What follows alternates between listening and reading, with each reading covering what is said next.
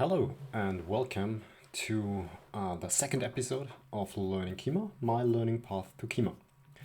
My name is Christian Lichner, and in this episode we will now go one step further. So last week we took a round trip through the Kyma dashboard, and this week we will now deploy an application to Kyma. So there are kind of two goals that we want to achieve. Point one, we want to run a containerized application or service on Kyma. And the second step, we want to make it accessible from the outside. And then we will play a bit around to see how Kubernetes behaves if we change some things. Okay, so basically, in order to achieve that, we need three steps. First step is we need an application that we can deploy to Kyma. Second step, before we can deploy it, we must build a container image out of our application, so a so-called Docker image. And the last step is then we will define, as we learned last week, a deployment. So we will define a target state and then do this deployment on Kyma based on our container image. So these are basically the three steps that we want to walk through.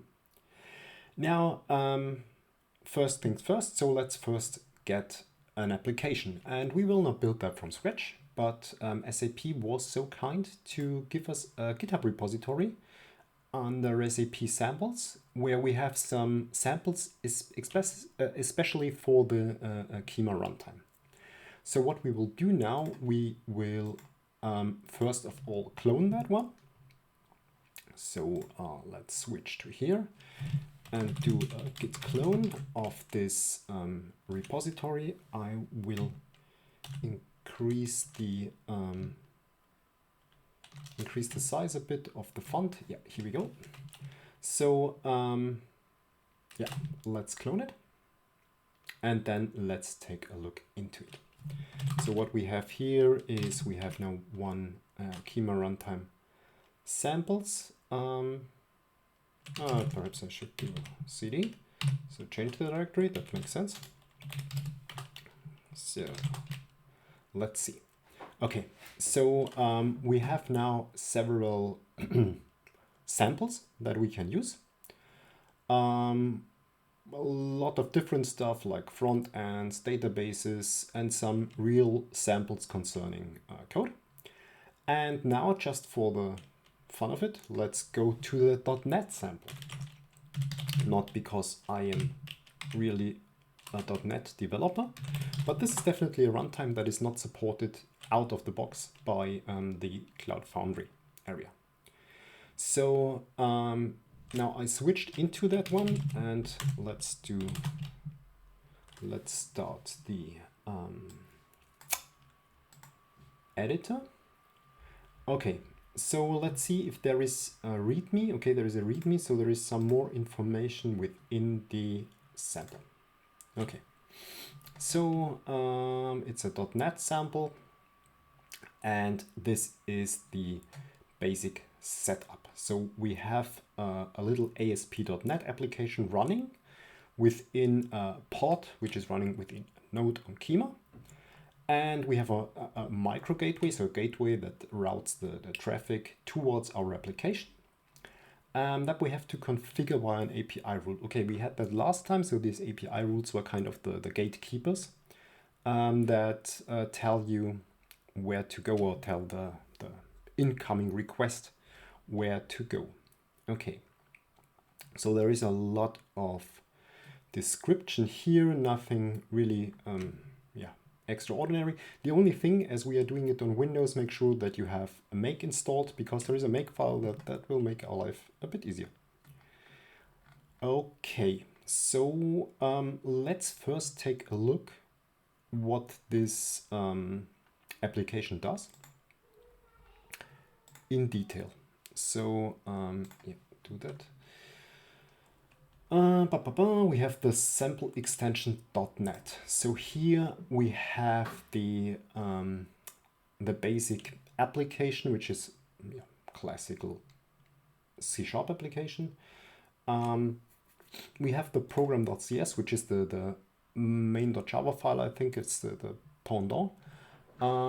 We see that we have an ASP.NET Core application, which creates a host builder, and the host builder, so the kind of web host, configures the default settings via a startup configuration that we have here. So there is a lot of general stuff in there, setting some default configurations, and then we have here, that's the interesting part, here we define the routes. So we do a mapping of the routes, and we make a default mapping to the controller. That's the Hello Kyma controller. And we say call the method index. We can also hand in an ID, but that's obviously optional if I interpreted that correctly. So let's go to the controller. Okay, that one is really simple. So we have a class that is classified as a controller, or inheriting from the controller. And here we have the index method, which basically just returns a string, which is fully sufficient for our doings. So that's easy, that's okay. So when we deploy it and we hit a get on this application, we will get this string back. Okay, cool. So far, so good. So we have the application. Now, what do we have to do next in order to get it into Kyma, into Kubernetes? Well, as we learned last time, Kubernetes is a container orchestrator. So what we have to do is we have to containerize this file. And this is done via Docker. Now, you all probably heard of Docker. I have linked the basic description of a container into the show notes, because there is a little bit of difference with respect to, for example, Cloud Foundry. That is also working with containers internally, but you do not really get into touch with them. And there is also a big difference with respect to virtual machines. And there's a lot of advantages when it comes to using Docker as a container engine with respect to virtual machines. So in order to let our application run on Kyma, we have to create a Docker image out of it. And then we have to make that Docker image accessible to our Kyma cluster. Okay, so in order to do so, the sample already helps us a bit. Because we do not only have the sample app here, but we also have a Docker file here. And this Docker file describes how the container image should be built. Because the app alone is not sufficient, we also need some environment, some runtime environment in order to make the .NET application run. And this is described within this Docker file here that is delivered within the samples. So what we have here is we fetch some basic image, change the working directory, expose some ports, and then we take that base image. We take another image and take that as a build image, and do our thing. So we change the working directory, we copy all the necessary files into it, we run a command, a .NET command, .NET restore. Then after that we copy this sample extension .NET directory into the corresponding directory within the container. We switch to this corresponding work tier, and then we do a .NET build. And then we switch to, another, let's say, stage from build. So we take that one and go to publish and run this .NET command correspondingly. And then we again switch the stage and copy from this publish container the corresponding artifacts into the current stage and hand over a specific entry point for the calls.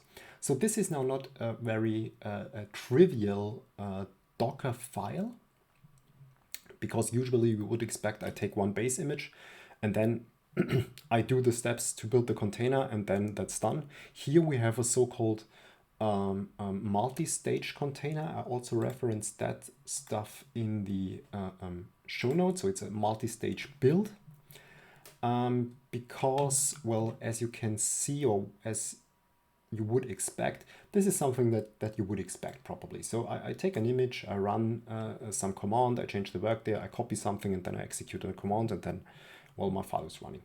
Now with this multi-stage build, I introduce different stages, which leads to the effect that the final image that I create with Docker will be much, much smaller. So that's just kind of a best practice when you build containers. Okay, so all the work is done already. So we have the Docker file. Now there is also an additional thing within the sample repository that makes our life easier, and that's the make file. So this is a make file that builds our image. So it has some variables in here. So the release, the app name, the Docker account. So this is the Docker Hub account. This is the container registry where we will push our image to. I will say a bit about that afterwards. I take in I key in the letters for my account. Well, then it builds the container image name based on these parameters, and then we have this phony command. Yeah, that's something specific to a make file in order to avoid name clashes. And then we have three commands. We have the build image, which builds our container image. We have the push image, which pushes our image to our container registry. This is simply using the container registry that you have configured within your Docker. And then we have one thing that's a Docker run, which basically runs your container image on your local Docker. So when you develop something like that, you probably will build the image, then you will try it out locally, and then you will push the image to the container registry.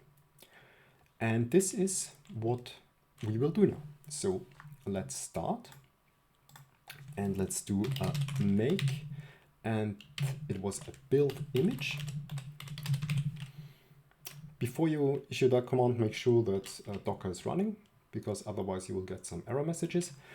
Now, usually this takes some time in order to fetch the base images, like you saw before, this image that contains the .NET Runtime that we have here.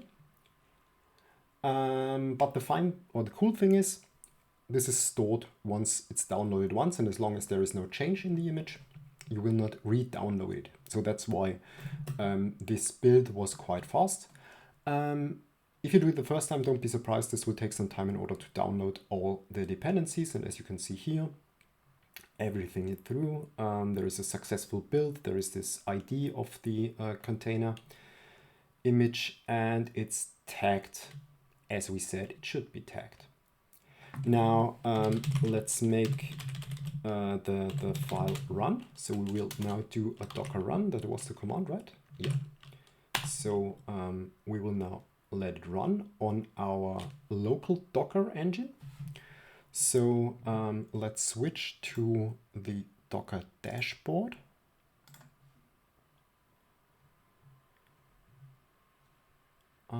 Where we should be able to see it in a minute, hopefully.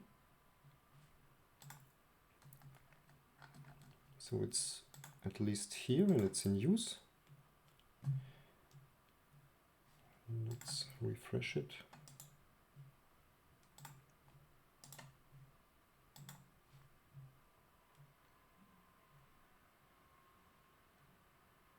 Okay, so, well, I can go to that image,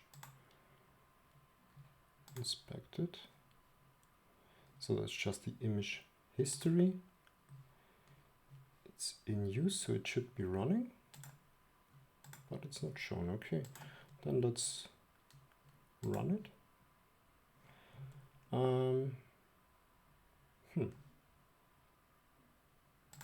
Strange. Let's go back to the images. It's here, it's tagged. Let's do that down. Let's do it again.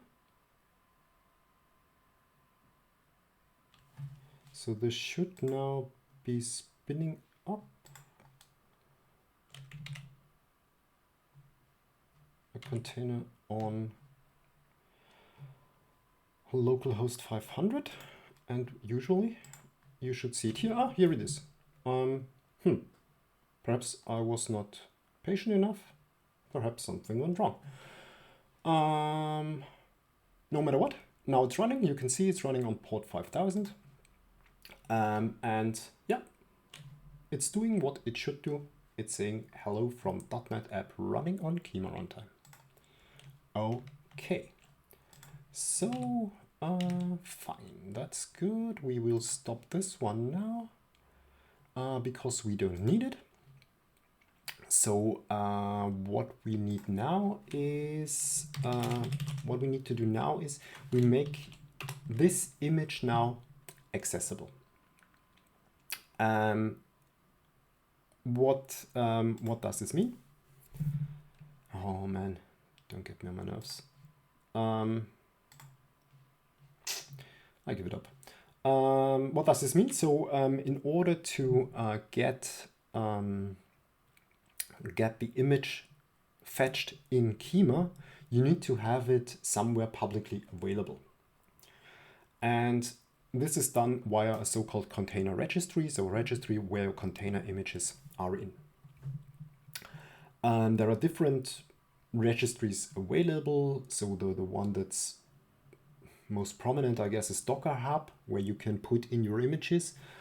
But you can also use the Azure Container Registry, for example. However, with Docker Hub, Kyma works out of the box, so you do not need to do any further configuration. So all works quite smoothly with this combination. So what do we do next? So we will now do the push, which was not that one, but that one. Push image. So let's do that. Make push image. So it will redo the build step. You can see that from the code. So it will call the build image step, and then it will do a Docker push of the image to my Docker account. Let's see. So now it is really pushing, and you can see here it's not just one big image, but this contains of different layers. And the idea is, if I change just a little part in my app, I don't need to push some base layers. So I don't need to push the .NET part of my image. If I just want to change the coding of my app, or vice versa. So all this is therefore layered, which makes consequent pushes of your image faster and more efficient. So now everything is pushed to the registry. Everything is fine here. So let's take a look at my Docker Hub, refresh. And there it is. if you're using Docker Hub, there has been, as you can see here on the upper part, some pull rate limits have been introduced, especially for users that do not pay, since November the 2nd. Yeah, it's not relevant for playing around in a sandbox environment, so the amount of pulls that you can do is fully sufficient.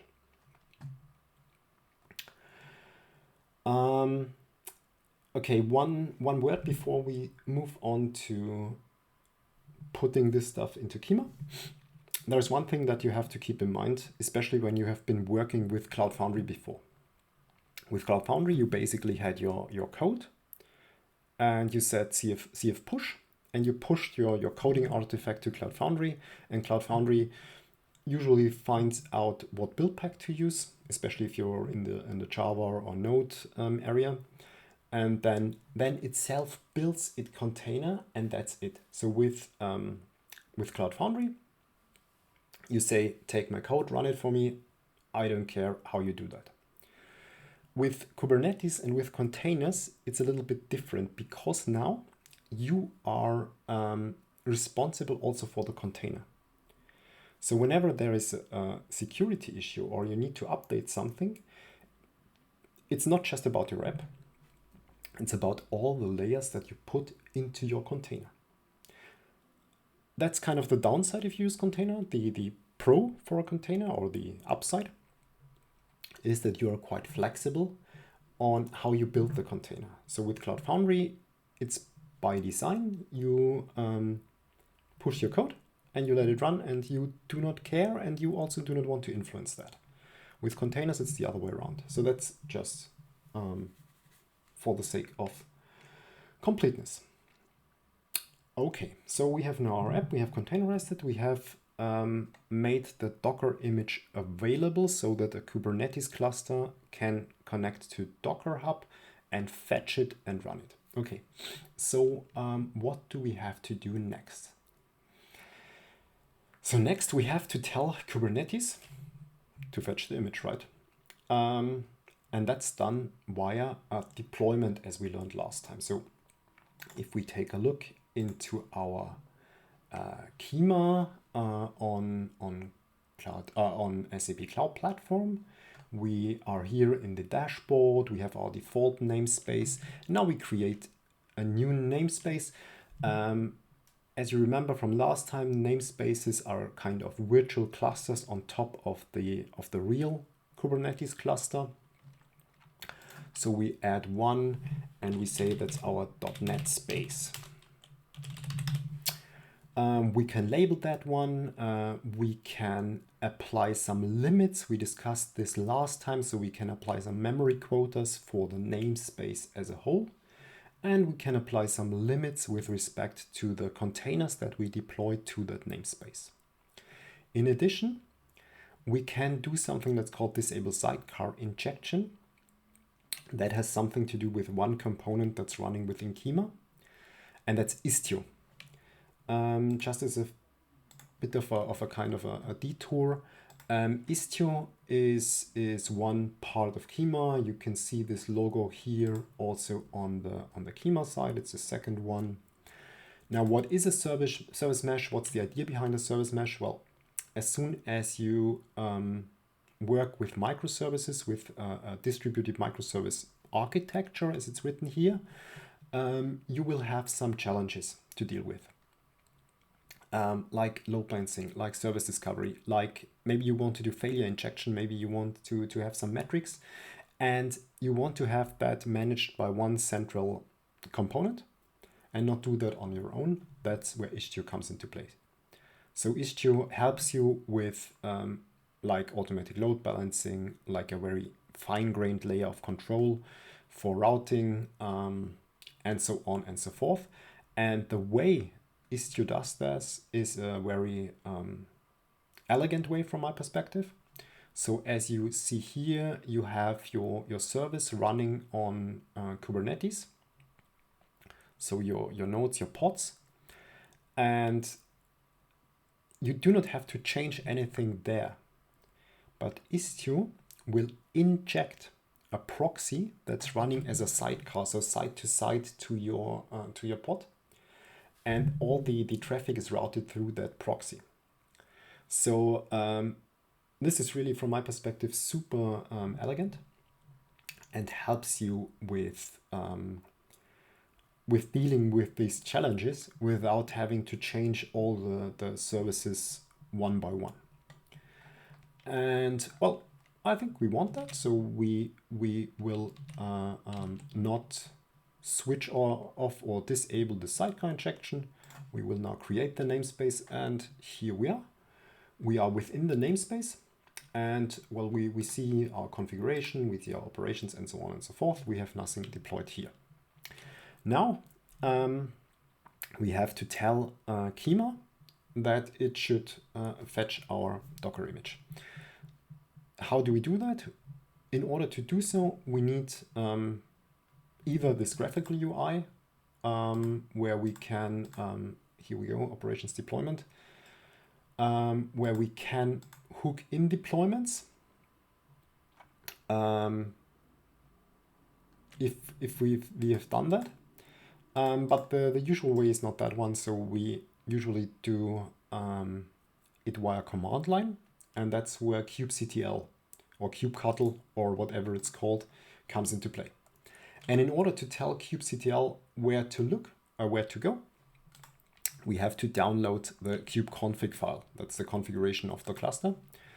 And this is now downloaded. I've downloaded that one here, and I already know that I downloaded that one into my downloads folder. So we will now take a look at the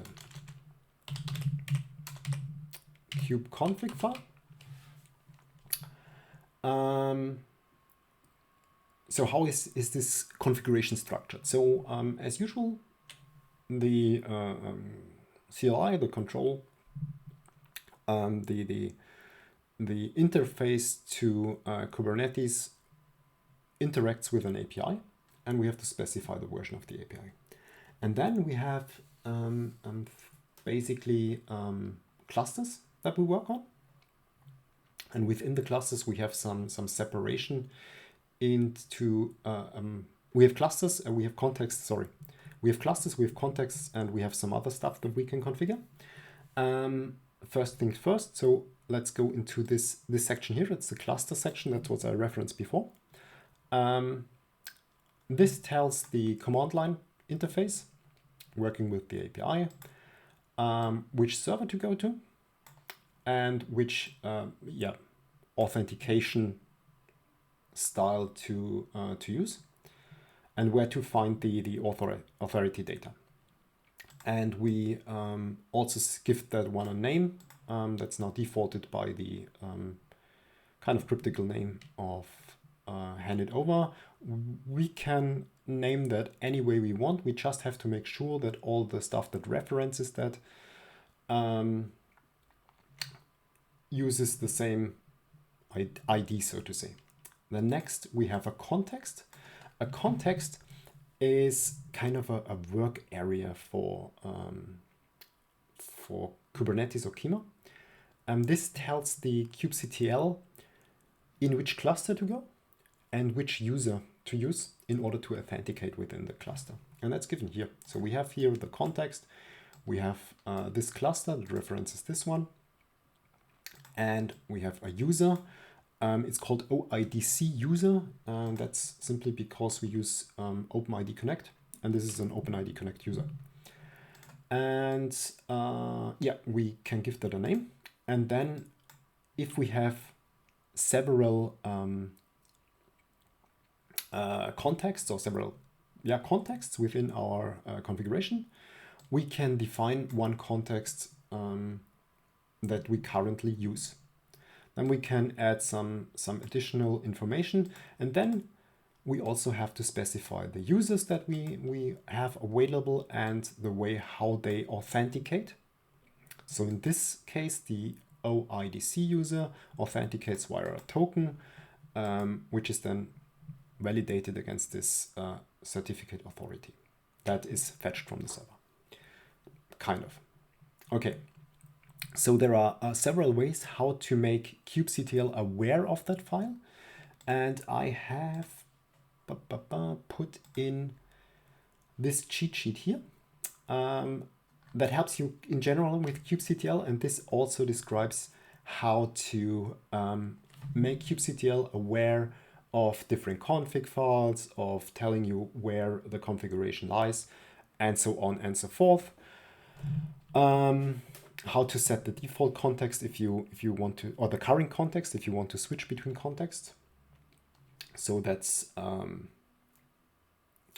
all written down here. In my case, I have one. Let's check here. I have one configuration file, and this configuration file is usually located in your C users username and then .cube area. So this is where usually the configuration is put, and you have one config file that's not called config YAML. It's just config, and within this config file, you now recognize it's the same structure. I have several clusters. I have 2 clusters on the SAP Cloud Platform. I have a Docker, I have a Minikube cluster, I have different contexts correspondingly. I call the one context Learning Kyma, which is also my current context, and I have my users here with the corresponding tokens, or as you can see here, it can also be client certificates and client keys that you can use. So that depends on your setup. Okay.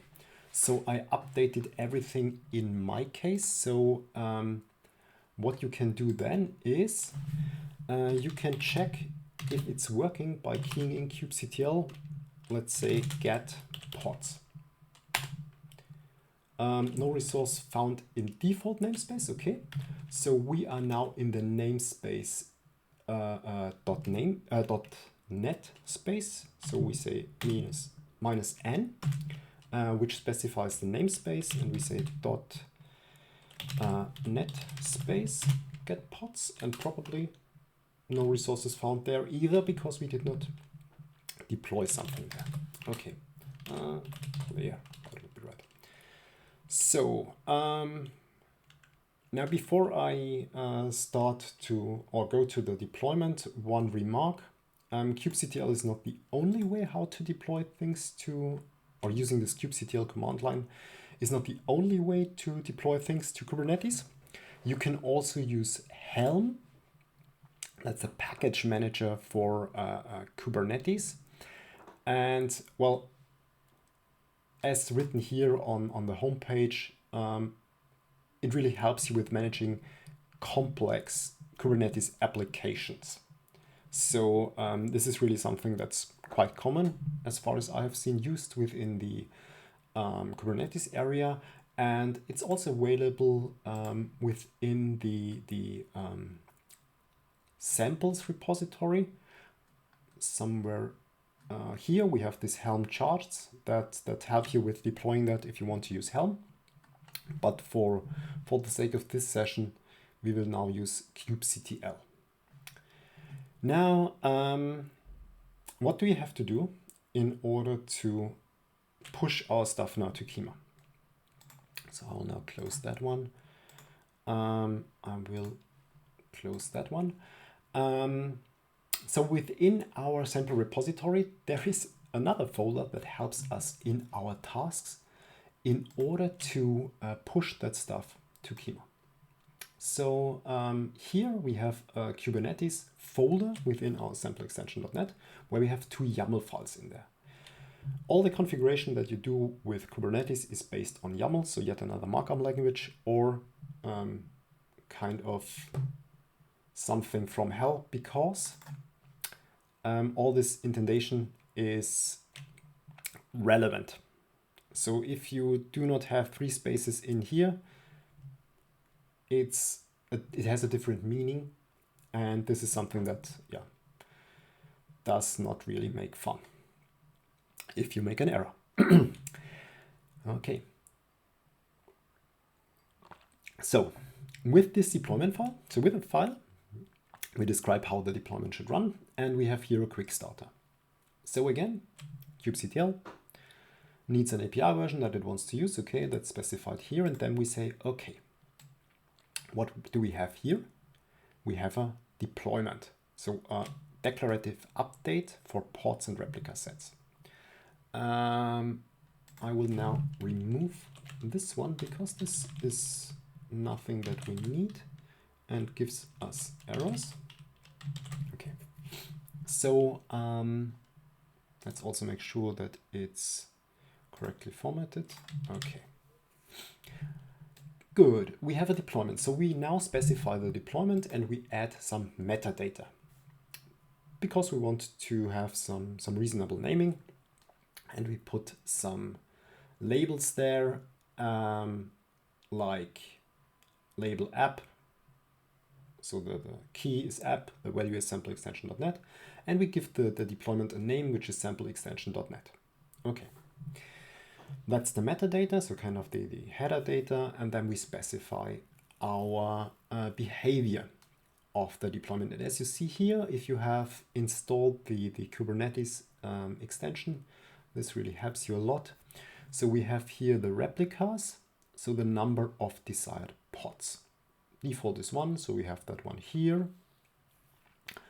And we have a selector, which is the label selector for pods as described here, okay, which is sample extension.net. Then we have some strategy that's, that's the strategy, okay, that's the strategy how things are deployed. So there are, as far as I can see, 2 ways. If you redeploy something, it can be a rolling update or it can be a recreate. Recreate simply kills the old one, creates a new one. Rolling update kind of makes this graceful degradation. So the new pod is spun up and the old one is killed after some point in time. Okay, then we have a template. So that describes basically how is the pod, or what image, what container is used within the pod. Again, we have a metadata where we put in some labels, key value, and then we specify the container.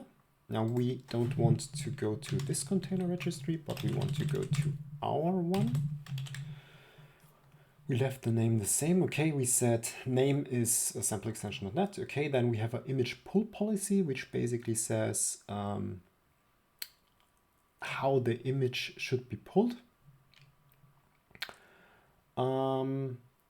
And what I also like is if you're not really sure or if the description is not concise enough, you can jump here to the document. That's really a really useful extension from my perspective.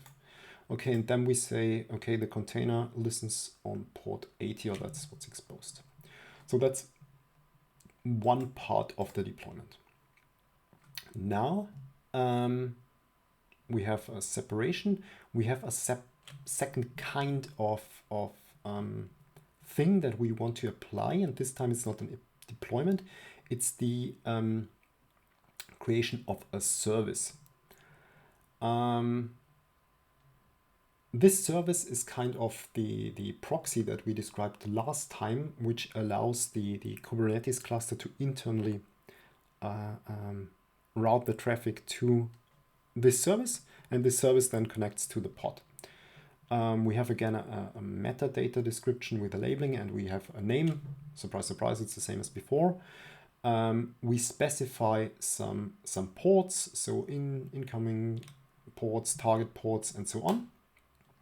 We again have a selector.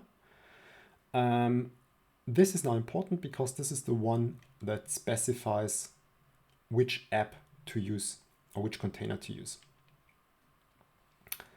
And then we have some typing, so how this service is exposed. That's quite going into detail, so you have different options how to do that. And we have a load balancer. By default, well, we do not change that one, so we take the default that is available within Kyma, and I would expect to be it Istio from my perspective. Okay, so we changed that one. Now, how do we push that out? So we have kubectl. Then we have our namespace that we use. And then we want to apply that to our namespace. And we want to apply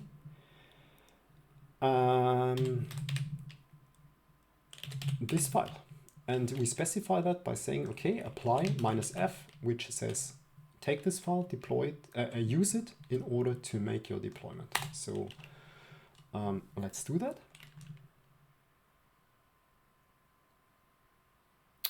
Okay, looks good. Let's switch to our overview. So deployment is going on. One pod is created as we would have expected it. So let's take a look. So we have here one deployment, which fetched this image. It's running. And here what's interesting is you can now also take a look how the whole deployment file looks like, because there is a lot of stuff that we did not specify. That is taken from the, let's say, default settings. So for example, we have a restart policy. We didn't specify that. We have a termination grace period in seconds. So, which is what the name says. So we have some grace period if we terminate a pod. And where we have this strategy, that's something that we also did not specify. It was set default is rolling update, and we have some additional parameter with respect to the rolling update. Okay, it's interesting. Yeah, so that's cool that there is quite more information there. Then we have the replica set. So we have one replica set. And same game here. If you want to take a look into the details, we see all the settings that have been implicitly created due to our deployment. And last but not least, we have the pod. Yeah. And as you can see here, there's also some defaulting going on because we did not specify this pod template or a security issue thingy, no matter what. Okay, that's cool. So last but not least, we have the service. This was the second section. And we can see here we have some cluster IP assigned, and we have it running. Now, this service is just for the internal mechanics of Kubernetes in order to make the routing of requests feasible. Now, we can have event triggers connected to that service or API rules. And API rules are the ones that we have to define in order to make our service accessible from the outside. Now, we can do that in different ways. We can, for example, expose a service here. And that's something that I like because, yeah, I have no API role, so I want to create probably one. Now, I don't want to navigate to the configuration section and switch to API rules. I am on the service, I want to expose it. I can click here. And then no UI builds up. Let's check. Here we go. And here we have now some general settings. So we have to give it a name. We have to enter a host name in order to specify the endpoint. The service is pre-configured because we are on that service, and then we have access strategies. So we have strategies how endpoints can be accessed with respect to the type of the endpoint. With respect to the authentication, we will now, for the sake of simplicity, leave security out. This is a dedicated session that I will have. And we say no op, which means no checking of anything. And then we can also specify the HTTP keywords that we want to support when the endpoint is hit. Now, this is one way. Again, as before, we can do all that stuff from a file that we configure.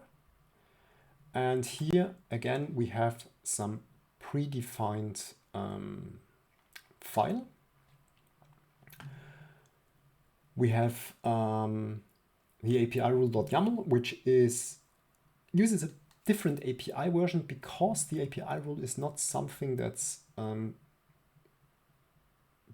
a Kubernetes native artifact, but it's a specific one for Kyma. So it's a custom resource, custom specified resource, and that's why it's using a bit different endpoint here for interaction with the Kyma cluster.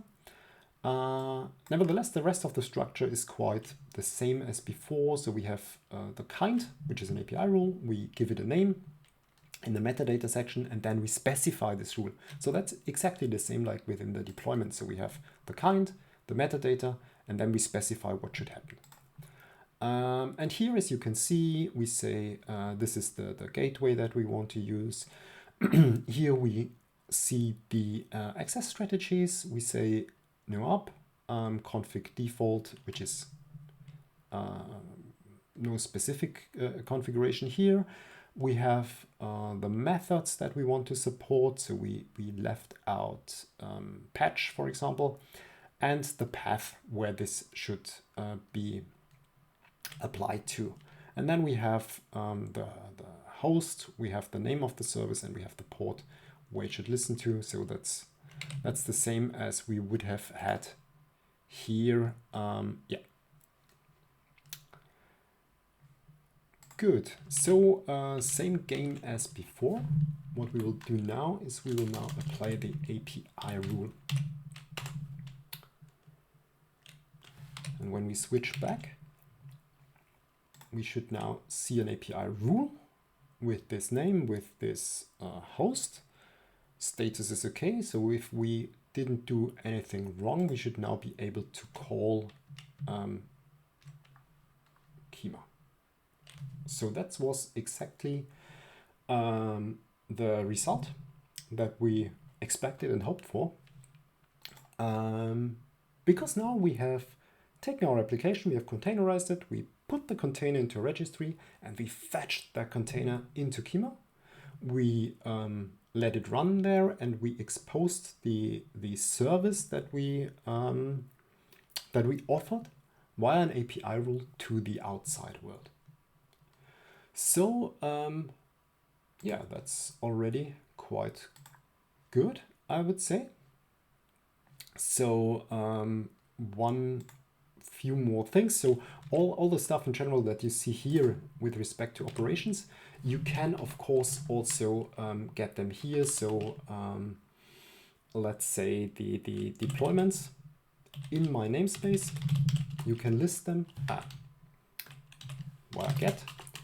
So here you see all the deployments. You can also get the replica sets. So that's all available within the command line interface, so the kubectl interface. So you can either use the UI or use the command line interface. Now let's start to play a bit. Let's say we now change the set of pods that we want. So we want 2 pods now. So I will now reapply that one.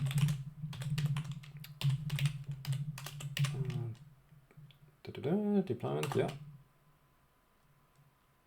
So the service is unchanged, that's right. The deployment is configured. Okay.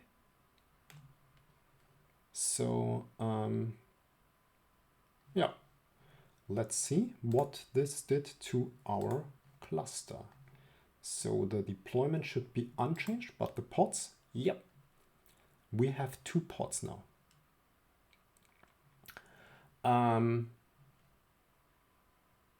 That's cool, because now we just changed the deployment file. We said I want 2 pods, pushed it to Kubernetes, and here we go. Now let's do a little test. I said, Kubernetes, I want 2 pods. I did this with a deployment file. Now what happens if I delete one? Yeah, I want to delete that one. Okay, so there is this grace period, I guess, that kicks in. I still have 2. Well, that means Kubernetes works, no surprise, because it works in a lot of productive scenarios, so it should also work here. Now, what did I do? I deleted one pod. That's fine for Kubernetes, but Kubernetes checks the deployment, so this declarative definition of how my pod deployment should look like. And it says, okay, you killed 1, I have 1, I should have 2. So I have to spin up another pod. Now, what would be interesting? So this one now works the same as before. So I can go here and this API rule somehow deploys, routes that via the service to my pods, and the pod returns the information. So okay, let's switch back to 1, and then let's think what we can do next. So this one should now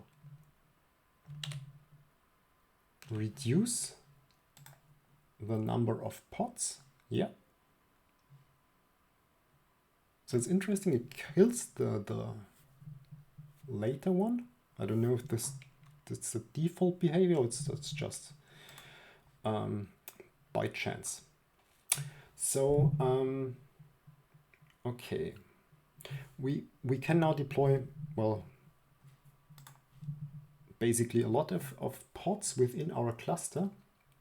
Now, as we learned before, we had this Istio in there, and we have some load balancing. So it would be interesting to see if a load balancing is really happening if I put in multiple pods. As we have learned, all the pods have own IP addresses. So I explained that last time within one node. So in order to find out if there is a load balancing, it would be cool to see this pod ID as part of the response.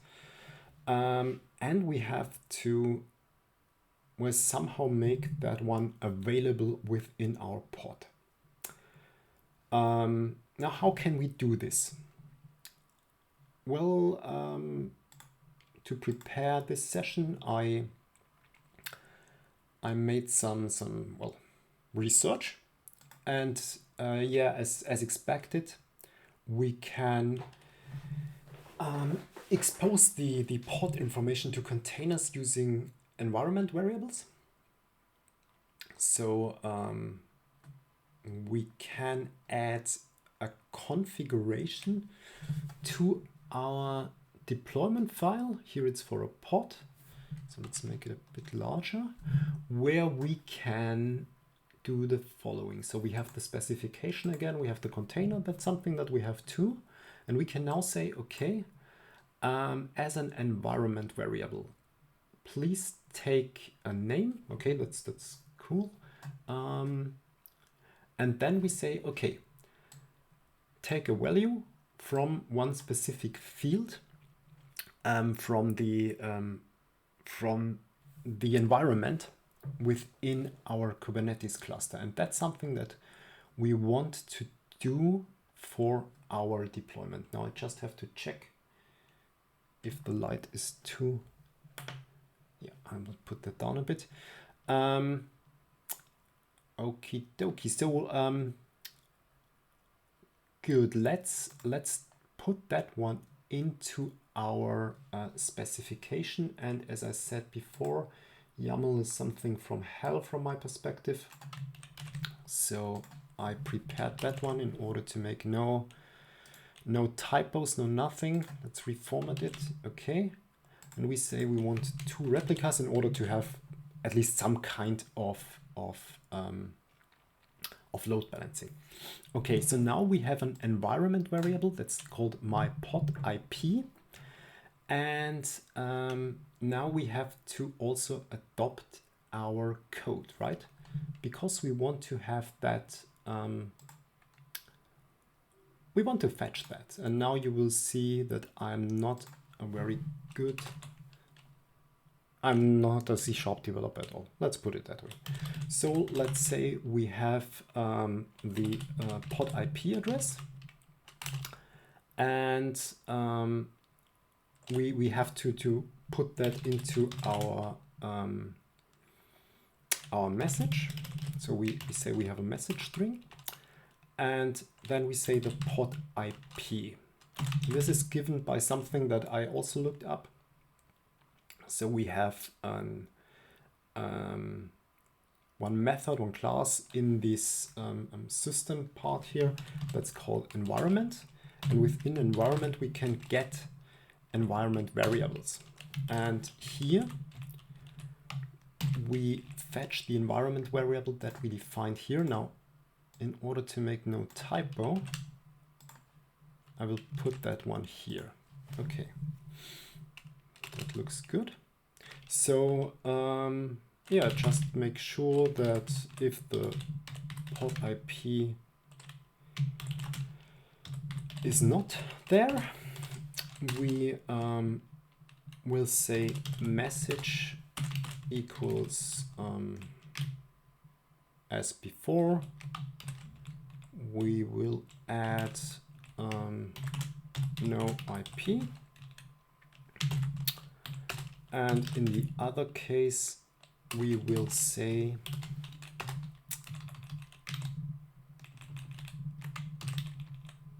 message is this. The IP of the pod is given by this pod IP. Okay, and then we return the message. Now this will return the message to the HTTP endpoint. I think we also have logging within the Kyma cluster. So let's see if we can simply do a console. If we can do a console.writeLine and we just put in our message, and that should work. So let's check. We have the pod ID, we have a message, we fetch the pod ID from the environment, and then we say if it's null, we say okay, we have no IP. If it's there, we say this is the IP of the pod. And then we make a console write line. Let's see if we can see that in the log. And anyway, we return this when the endpoint is hit. Okay. So now we have to redo our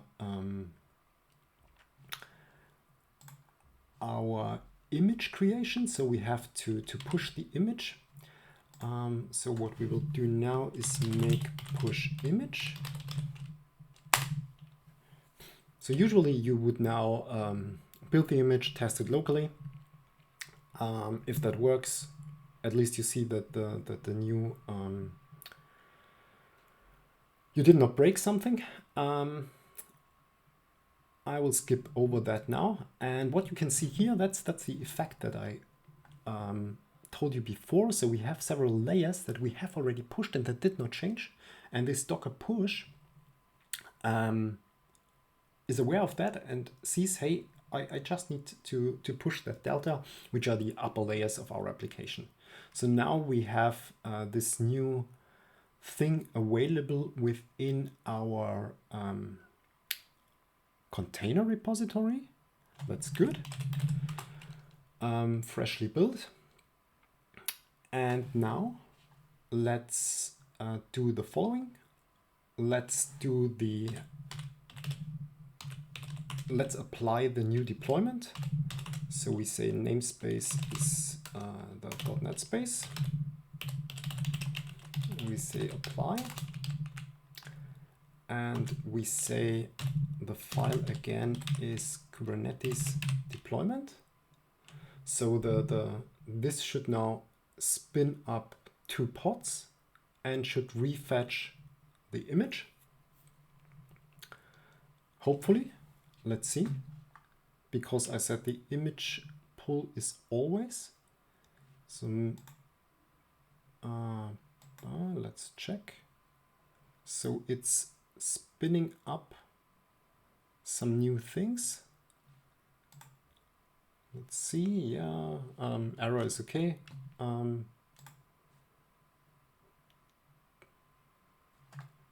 Let's see.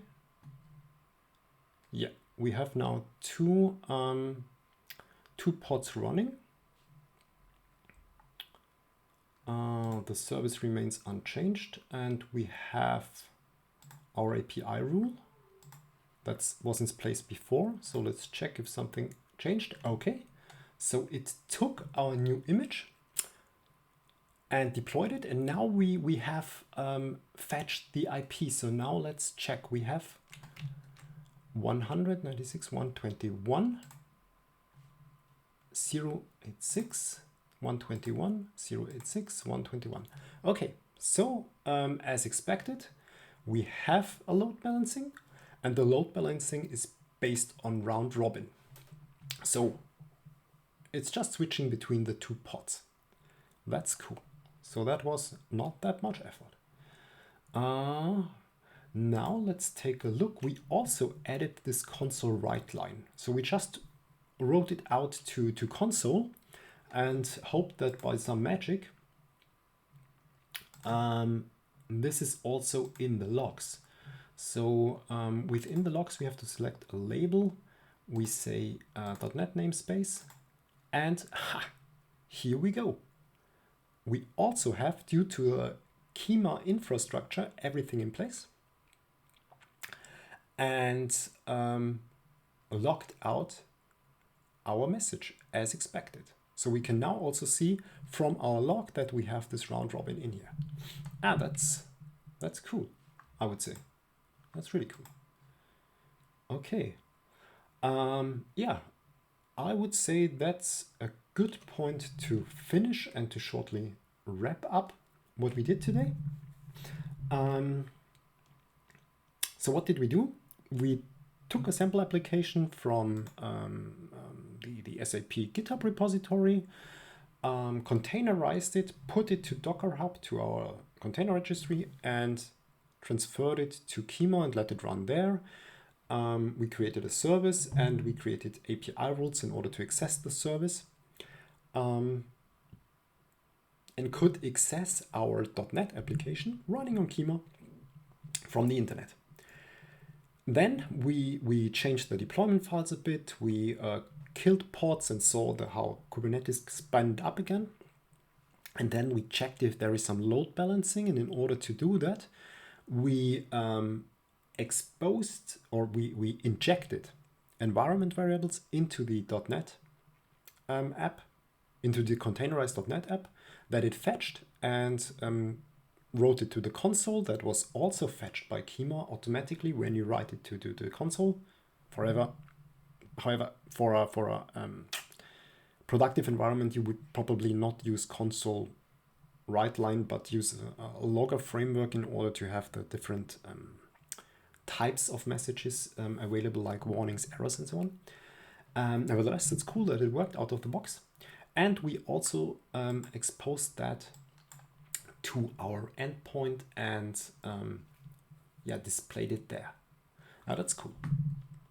Okay, so quite some stuff that we have seen, quite some stuff that I have learned when preparing this session, and hopefully some stuff that you have learned too. Then that was it for this episode, for deploying one app into Kyma.